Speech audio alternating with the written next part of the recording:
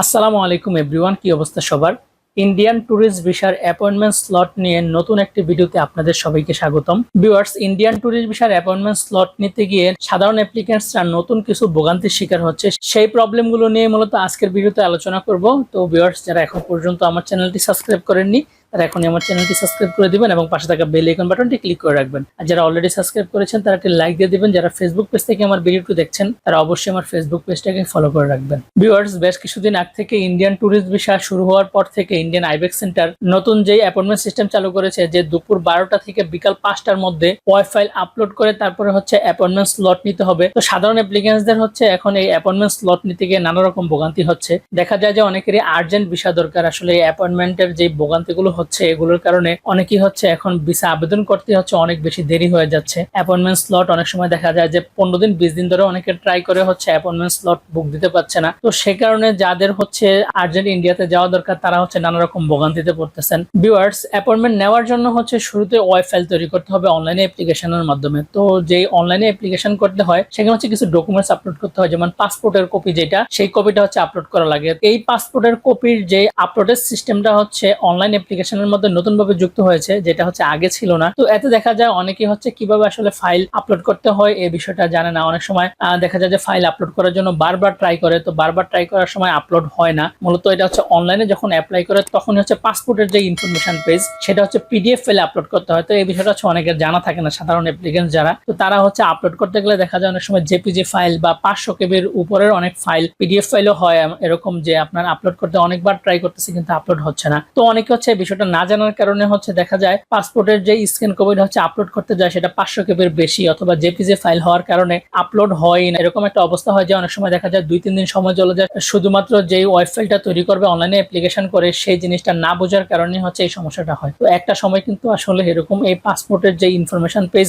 Upload করা লাগতো এটা কিন্তু আগে ছিল না। তো এটা নতুন করে শুরু হওয়াতে হচ্ছে সাধারণ অ্যাপ্লিকেন্টসদের অনেকে এখন ভোগান্তিতে পড়তেছেন। তো আপনারা হচ্ছে যেটা করবেন, যখন আপনারা অনলাইনে অ্যাপ্লিকেশন করতে যাবেন পাসপোর্টের যেই ফাইল আপলোড করতে হয় সেখানে হচ্ছে অবশ্যই আপনারা পিডিএফ ফাইল দিবেন, আর ফাইলটা যাতে 500 কেবির নিচে হয়, 500 কেবির যাতে উপরে না যায়, তাহলে হচ্ছে আশা করি এই সমস্যাটা হবে না। তারপর যে প্রবলেমটা হয় অ্যাপয়েন্টমেন্ট স্লট নিতে গিয়ে, ধরেন আপনি হচ্ছে ওয়েব ফাইল তৈরি করলেন অনলাইনে অ্যাপ্লিকেশন করে, তো আপনি হচ্ছে যথারীতি অ্যাকাউন্ট ক্রিয়েট করলেন অ্যাপয়েন্টমেন্ট সাইটে। অ্যাকাউন্ট ক্রিয়েট করার পর 12টার পর থেকে হচ্ছে যখন আপনি সে আপনার ইউজার নেম এবং আপনার যে পাসওয়ার্ড সেটা দিয়ে লগ ইন করে আপনি যে ওয়েব ফাইলটাকে আপলোড করবেন অ্যাপয়েন্টমেন্ট স্লট নেওয়ার জন্য, তো সেখানে হচ্ছে বারে বারে ট্রাই করার পরও হচ্ছে অ্যাপয়েন্টমেন্ট স্লটের জন্য যে ওয়েব ফাইল আপলোড করতে হয় সেটা আপলোড করা যাচ্ছে না। এমনও দেখা গেছে যে অনেকে প্রায় আধা ঘন্টা ট্রাই করার পরও হচ্ছে এই একটা ওয়েব ফাইল, যেটা জাস্ট এটা অল্প কিছু কেবি, এমন না যে এটা অনেক বড় ফাইল, জাস্ট 2 পাতার একটা ফাইল, এই ফাইলটা হচ্ছে পিডিএফ আকারে হচ্ছে আপলোড করতে হয় অ্যাপয়েন্টমেন্ট নেওয়ার জন্য। এই ওয়েব ফাইলটাই হচ্ছে বারে হচ্ছে যখন আপলোড করার জন্য হচ্ছে ট্রাই করে, একটা সময় দেখা যায় আপলোড তো হয় না,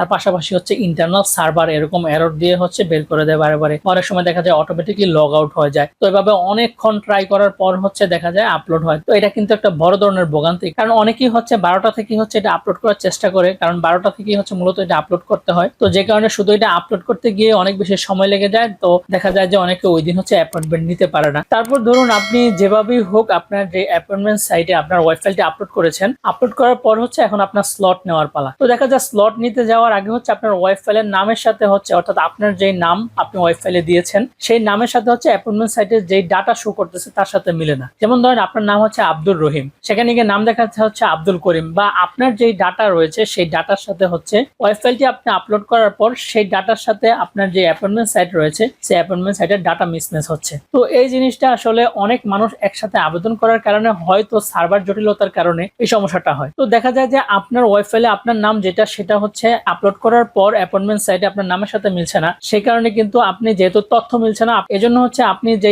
অ্যাপয়েন্টমেন্ট স্লট পেলেও কিন্তু আপনি বুক করতে পারছেন না, কারণ যেহেতু আপনার তথ্য গরমিল হচ্ছে। তো এই জিনিসটার কারণে হচ্ছে একটা বড় ধরনের সমস্যা হচ্ছে যে আপনি অ্যাপয়েন্টমেন্ট সাইটে ঢুকতে পারলেন ঠিকই, কিন্তু আপনি অ্যাপয়েন্টমেন্ট নিতে পারলেন না। তো এই জিনিসটা আসলে অনেক বেশি অ্যাপ্লিকেন্টস একসাথে হওয়ার কারণে সার্ভার হচ্ছে এই জিনিসটা মিসম্যাচ করে ফেলতেছে, যে কারণে আসলে আমরা যারা সাধারণ অ্যাপ্লিকেন্টস তাদের হচ্ছে নানা রকমের ভোগান্তি হচ্ছে। এরপর দেখা যায় যেহেতু আপনার ওয়েব ফাইলের সাথে আপনার যে ডাটা এখানে শো করতেছে তা হচ্ছে মিলছে না, সে কারণে আপনি লগ আউট করে পুনরায় যখন আবার ট্রাই করতে যাবেন, এভাবে 2 থেকে 3 বার ট্রাই করলে একই সমস্যা দেখায়। তো এই সমস্যার কারণে হচ্ছে আপনি একটু পরপর যদি আবার ট্রাই করতে যান, দেখা যায় যে আপনার এখানে একটা এরর আসে যে আপনাকে ব্লক করে দেওয়া হয়েছে, পরবর্তী উইন্ডোতে হচ্ছে আপনাকে আবার চেষ্টা করতে হবে। তো এখানে ইন্ডিয়ান আইবেক্স সেন্টার এই অ্যাপয়েন্টমেন্ট সিস্টেমের যে ওয়েবসাইটটি রয়েছে এখানে পরবর্তী উইন্ডো বলতে এটা বোঝায় যে আজকের দিনে হচ্ছে আপনি আর ট্রাই করতে পারবেন না। তো এই পরবর্তী উইন্ডো বলতে আবার পরবর্তীতে যখন অ্যাপয়েন্টমেন্ট স্লট দিবে, সেটা একদিন পর হোক বা প্রতি বৃহস্পতিবার হোক, যখনই হচ্ছে ট্যুরিস্ট ভিসার জন্য অ্যাপয়েন্টমেন্ট স্লট দিবে ওই উইন্ডোতে হচ্ছে আপনাকে আবার পুনরায় ট্রাই করতে হবে। মানে এখন আপনি যে আপনি ক্রস করে দিলেন, আবার পুনরায় আপনি ওপেন করে সাইন ইন করে যে আবার অ্যাপ্লাই করবেন,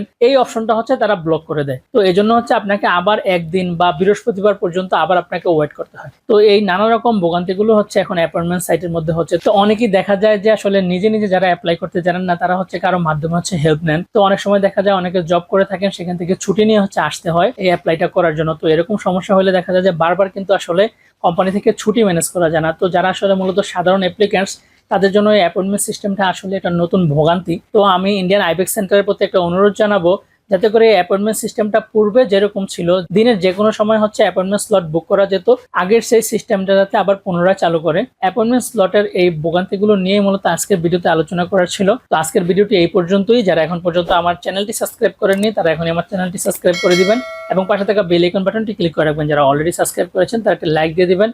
যারা ফেসবুক পেজ থেকে আমার ভিডিওটি দেখছেন, তারা অবশ্যই আমার ফেসবুক পেজটাকে ফলো করে রাখবেন। আপনি যদি ইন্ডিয়ান ট্যুরিস্ট ভিসা নিয়ে কোনো কিছু জানতে চান, তাহলে অবশ্যই এই ভিডিওর কমেন্ট বক্সে কমেন্ট করে রাখতে পারেন। তাহলে আমি সেই বিষয়গুলো নিয়ে ভিডিও বানানোর চেষ্টা করব। তো ভিউয়ার্স, আজকে এই পর্যন্তই। দেখা হবে পরবর্তীতে অন্য কোনো নতুন ভিডিওতে। আসসালামু আলাইকুম।